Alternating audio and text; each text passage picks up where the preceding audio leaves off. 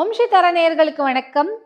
நம்மள பல பேருக்கு, அம்மா என்னோட பூர்வீக சொத்து வரல, என் பூர்வீக சொத்து கைக்கு வர மாட்டேங்குது, எனக்கு வர வேண்டிய பங்கு வர மாட்டேங்குது, எனக்கு கஷ்டமா இருக்கு, அந்த பூர்வீக சொத்து வந்தாதான் நான் வந்து கொஞ்சம் காசு பார்த்து பிஸ்னஸ் பண்ணுறதுக்கு, இல்லை என் பெண்ணுக்கு கல்யாணம் முடிக்கிறதுக்கு, இல்லை என் மகனையோ மகளையோ வெளியூர் படிக்க அனுப்புறதுக்கு, அதனால ரொம்ப பணம் முடங்கி இருக்கு, நான் அதை நம்பிட்டு தான் இருந்தேன் அப்படிலாம் சொல்கிறாங்கல்ல.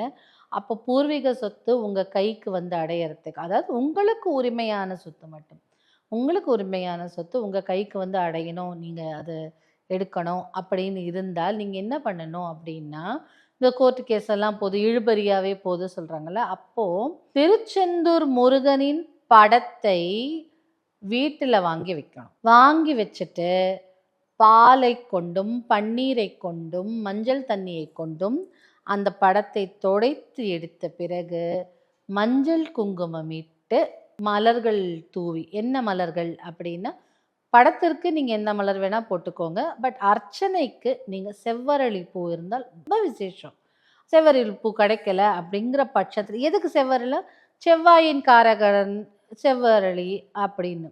அப்போ செவ்வாய்க்கிழமை தோறும் நீங்க 27 வாரங்கள் அந்த செவ்வரளி மலர்களை கொண்டு அர்ச்சிப்பதுங்கிறது ரொம்ப விசேஷம் முருகனுக்கு.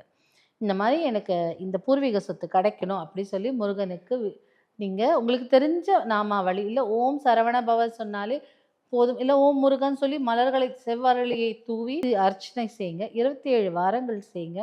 உங்களுக்கு உரிமையான பூர்வீக சொத்து உங்களுக்கு கண்டிப்பா வந்து சேரும்.